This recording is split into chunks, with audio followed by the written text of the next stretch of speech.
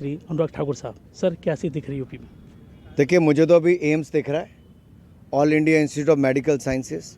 ये एक सपना था पूर्वांचल के लोगों का, मोदी जी और योगी जी ने पूरा किया है। मात्र 5 वर्षों में भूमि दिलाकर, बिल्डिंग बना के बड़ा अस्पताल चालू कर दिया। अब लोगों को यहाँ पर सुविधा भी मिलती है और मैं तो कहूँगा यहाँ के लोग दुआ देते हैं मोदी जी और योगी जी को। एक और एम्स भी बनाया, तो फर्टिलाइज़र प्लांट जो बंद था उसको भी बनाने का काम मोदी जी योगी जी ने मात्र 5 वर्षों में वापस शुरू कर दिए, पूरे कर दिए। ये अपने आप में दिखाता है। और मैं तो योगी जी को तब सुनता था जब मैं और वो सांसद इकट्ठे थे। योगी जी जापानी बुखार का बहुत इशू उठाते थे और गैंग वॉर का बहुत उठाते थे, और जैसे सत्ता में योगी जी आए, गैंग वॉर और जापानी बुखार दोनों से मुक्त उत्तर प्रदेश को करने का काम किया। विशेष तौर पर पूर्वांचल को किया है। यहाँ के माफिया से भी मुक्ति दिलाई, यहाँ के मच्छरों से मुक्ति दिलाने का काम किया है। सर क्रिकेट की भाषा में कहा जाए तो 5वां 6वां 7वां यानी स्लॉग ओवर शुरू हो गए हैं। क्या दिखता है स्लो ओवर, कैसी बैटिंग दिख रही है बीजेपी की? मुझे लगता है चौके छक्के मारने वाली जोड़ी मोदी योगी जी की है। और जब ये क्रीज पे हो तो कोई डर नहीं है, क्योंकि कोई भी बॉलर आएगा उसका पसीना छूटता है मोदी जी योगी जी को देखते हुए। मैं इसलिए भी कह रहा हूँ क्योंकि दूसरी ओर दिखाने के लिए कुछ नहीं है। दूसरी ओर परिवार है, परिवार के अलावा कुछ नहीं है। और उन परिवार के लोगों के पास भी पूरा परिवार भी नहीं है, ना समाजवादी पार्टी में ना कांग्रेस आई में।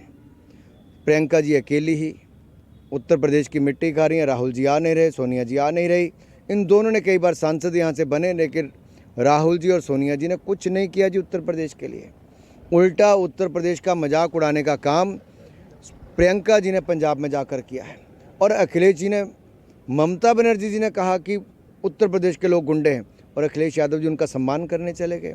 कैसे उत्तर प्रदेश के लोग उनको स्वीकार करेंगे? सर एक तरफ योगी मोदी जी का विकास दिख रहा है, दूसरी तरफ बड़े बड़े दावे दिख रहे हैं, चाहे ओपीएस हो, चाहे अलग अलग तरह के वादे दिख रहे हैं। क्या लग रहा है आपको, किस तरह का माहौल बन रहा है इनसे? देखिए, ओपीएस कैसे हो सकता है जी? मैं इसलिए पूछ रहा हूँ कि आखिरकार 2004 में जब आया, उसके बाद मुलायम जी की सरकार भी आई, अखिलेश जी की भी आई। 10 साल समाजवादी पार्टी की सरकार रही, ओल्ड पेंशन स्कीम तब भी नहीं आई। न्यू पेंशन स्कीम के अपने फ़ायदे हैं, और न्यू पेंशन स्कीम को 10% से 14% करने का काम भी हमने किया।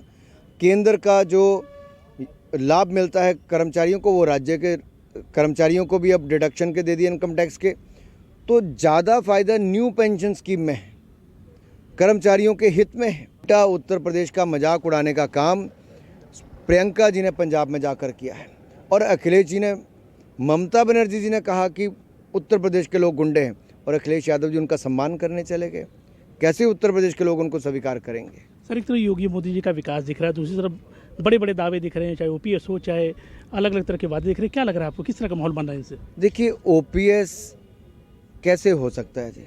मैं इसलिए पूछ रहा हूँ कि आखिरकार 2004 में जब आया, उसके बाद मुलायम जी की सरकार भी आई, अखिलेश जी की भी आई। 10 साल समाजवादी पार्टी की सरकार रही, ओल्ड पेंशन स्कीम तब भी नहीं आई।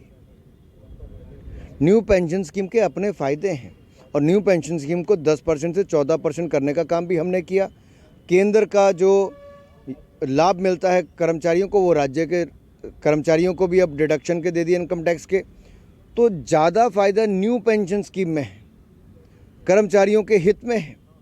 और इसलिए ओपीएस केवल चुनावी मुद्दा बनाकर अखिलेश जी जनता के बीच में छोड़ रहे हैं, जबकि इनकी सरकारें सपा बसपा की रही, ये दोनों ही अपने 20 साल के शासनकाल में कभी नहीं कर पाए।